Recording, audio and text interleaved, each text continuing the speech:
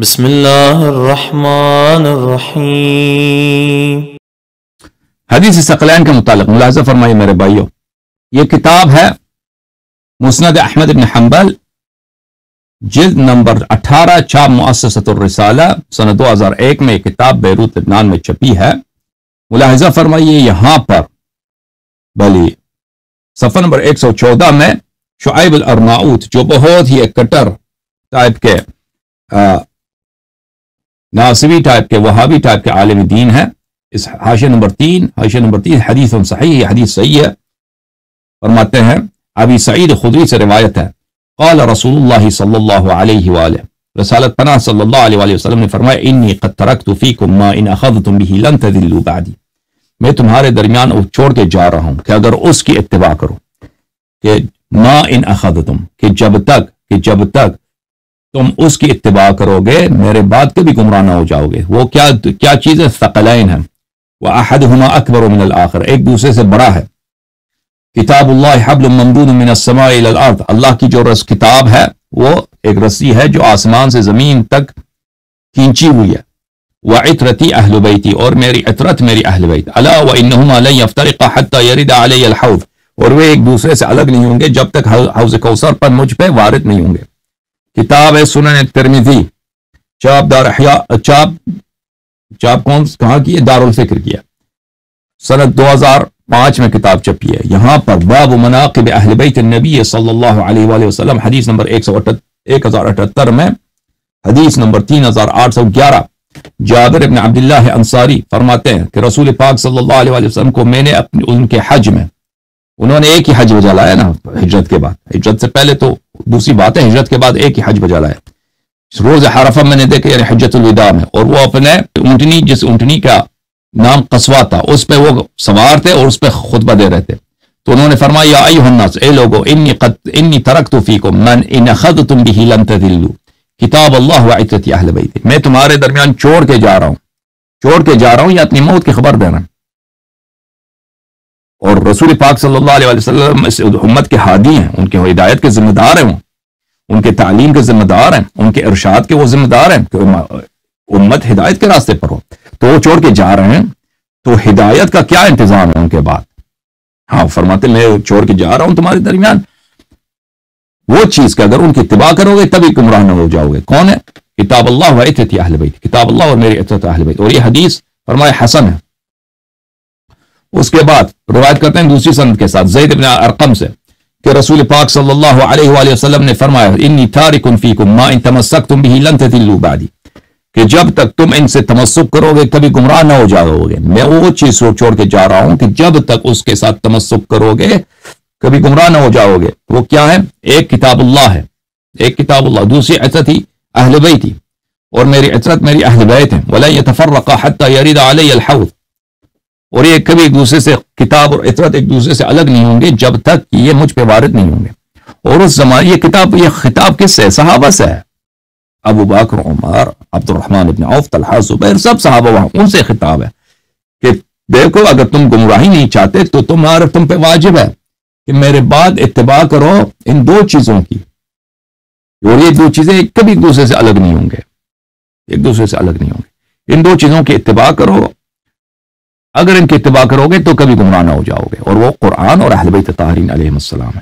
اور یہ یاد رکھو اس زمانے میں قرآن کسی کے پاس نہیں تھا، قرآن صحابہ کے پاس نہیں تھا، قرآن جمع ہی نہیں ہوئی تھی اس زمانے میں، صحابہ کو کچھ صورتیں یاد تھی، باقی صحابہ کو قرآن نہیں آتا تھا، ٹھیک ہے نا؟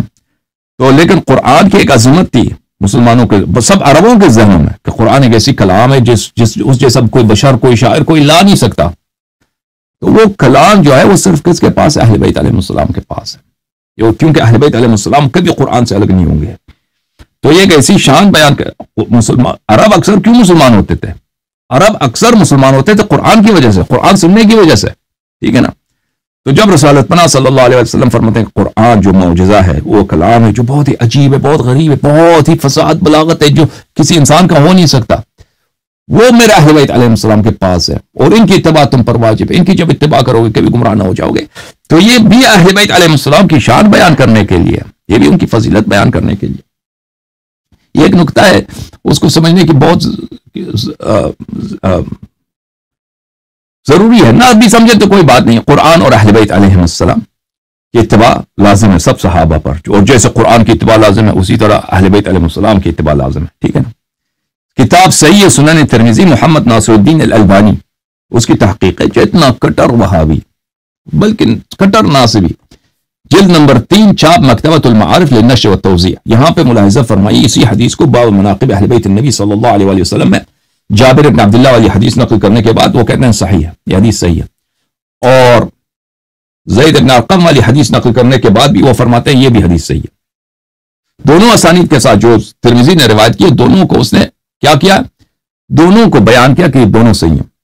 یہ کتاب ہے میرے محترم ناظرین انیس الساری فی تخریج و تحقیق الاحادیث التي ذکرها الحافظ ابن حجر الاسقلانی فی فتح الباری، تالیف الشیخ نبیل ابن منصور ابن یعقوب البصارہ۔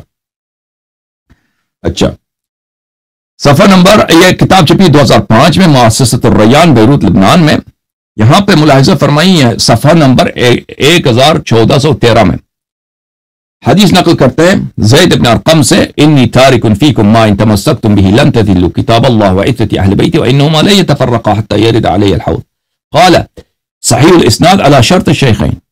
یعقوب بن سفیان نے یہ جو حدیث نقل کی ہے، وہ یعقوب بن سفیان کی کتاب میں نے آپ کو دکھایا تھا المعرفۃ والتاریخ، حافظ ابن حجر نے کہا کہ یہ حدیث بخاری اور مسلم کی شرط پہ صحیح ہے، بخاری اور مسلم کی شرط پہ صحیح ہے، بھلے ٹھیک ہے نا۔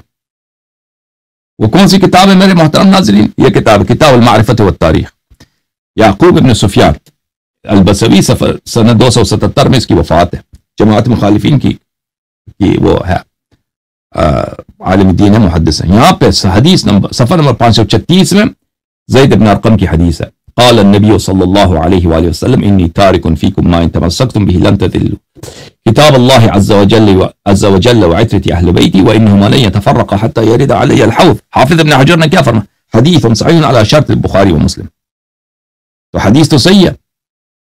اچھا، تو یہ حدیث کی صحت جب ثابت ہو گئی تو میں آپ کے سوال کی طرف آتا ہوں کہ آپ کے ہاں کیوں کہتے ہیں کہ یہ حدیث صحیح نہیں ہے؟ وجہ کیا ہے؟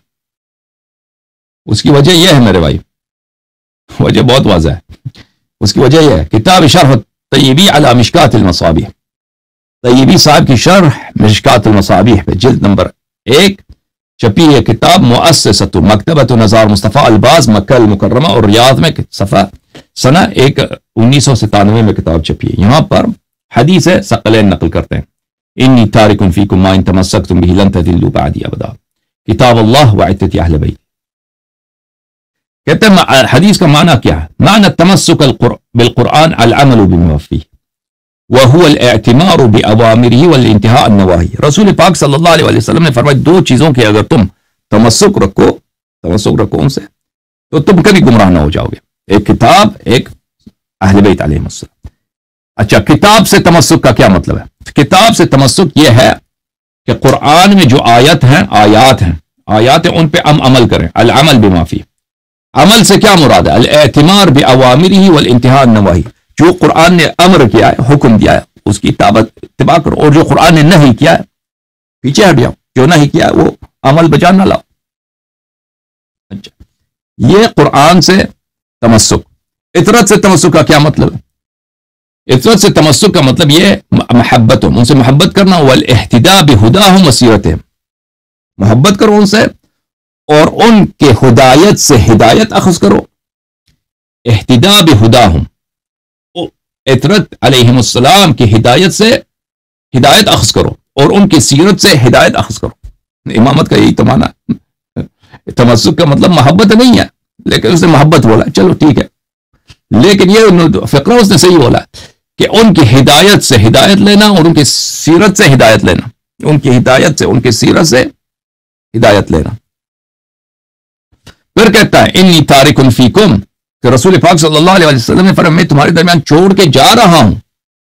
چھوڑ کے جا رہا ہوں کیا مطلب ہے؟ ایک شخص کہتا ہے نا بوڑھا آدمی ہے، وفات کا وقت ہے، وفات کا خبر بھی دے رہا ہے کہ میں قریب وفات پا جاؤں گا، اسی لیے تو کہتا ہے حجۃ الوداع۔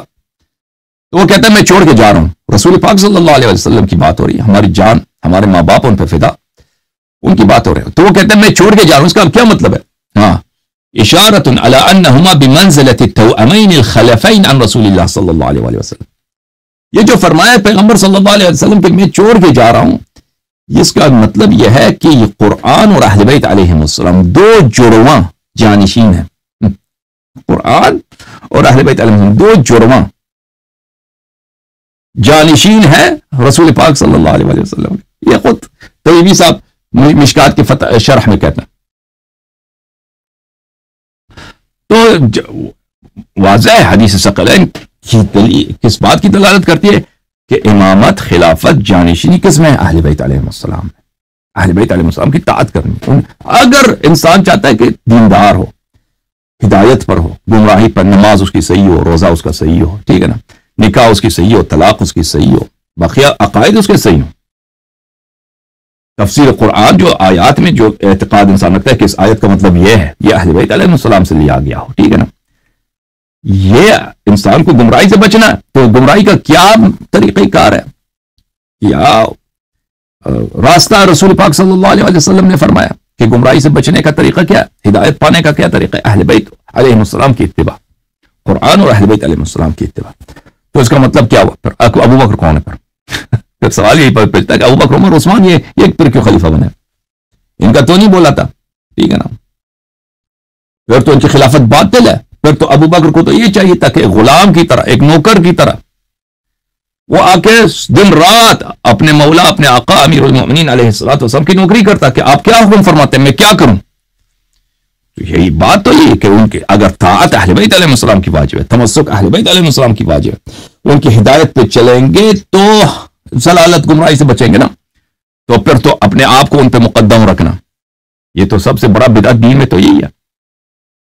سب سے بڑا بدعت دین میں تو یہی ہے کہ آپ ان کی اطاعت نہ کریں، اپنے آپ کو بلا وجہ، بغیر نس کے. مثلا ایک شخص دنیا سے چلا جاتا ہے نا، اس کا ایک فرض کریں اس کا ایک بزنس ہے، اس نے کہا کہ یہ بزنس میرے بعد میرے بیٹے کو ملنا چاہیے. اب کوئی دوسرا شخص آ کے وہاں پہ قبضہ کر جاتا نا، یہ بزنس میری ہے. یہ تو سب سے بڑا فراڈ تو یہی. اب دین کے ساتھ یہی ہوا. تو اس لیے میرے بھائی اس صحیح حدیث کو آپ کے علماء کیوں آپ سے چھپاتے ہیں؟ کیوں چھپاتے ہیں؟ کیونکہ وہ بے شمار دلائل میں سے ایک دلیل ہے کہ ابو بکر عمر کی خلافت باطل ہے، بلکہ نہ صرف باطل ہے، دین میں بدعت ہے، گناہ ہے، فسق ہے، فجور ہے، ٹھیک ہے نا. ابو بکر عمر کی خلافت، ان کی خلافت باطل ہے. اور امامت کس کی ہے؟ اس امامت اہل بیت علیہ السلام. اہل بیت کا سید کون ہے؟ اہل بیت کا تاج سر کون ہے؟ امیر المؤمنین علی بن ابی طالب علیہ السلام، ٹھیک ہے نا، پیغمبر کے بعد صلی اللہ علیہ وآلہ. خلافت ان کی صحیح ہے. تو پھر یہ جب ابو بکر عمر کی خلافت اگر باطل ہو جاتی ہے تو پھر تو سب کچھ گیا نا جماعت عمریہ کا، کچھ بچا ہی نہیں ہے. یہ تو ان کا تو کام یعنی اساس ہی سے باطل ہے.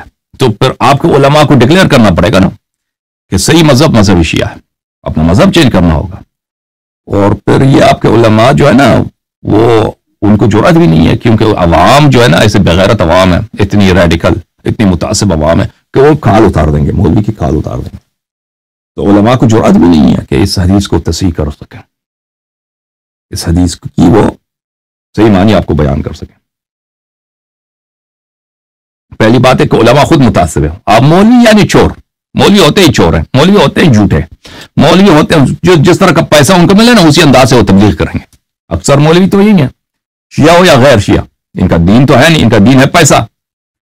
پیسہ ان کو وہی ملے گا جو عوام کے تعصبات کے موافق آپ بات کریں. عوام کو معاویہ سے محبت ہے تو آپ معاویہ کی شان بیان کرو، عوام کو عمر سے پیار ہے عمر کی شان بیان کرو، عوام کو کسی اور چیز کی ہوا ہے تو انہیں عوام کی ہوا کے مطابق، ان کی ہوس کے مطابق بات کرو.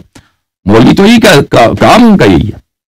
تو کون مولوی وہ جرأت کر سکتا ہے کہ اپنا سارا منفعت خطرے میں ڈال کر اور اپنی قتل کروا دے؟ ٹھیک ہے نا. لبیک یا حسین، لبیک یا حسین، لبیک یا حسین، لبیک یا حسین.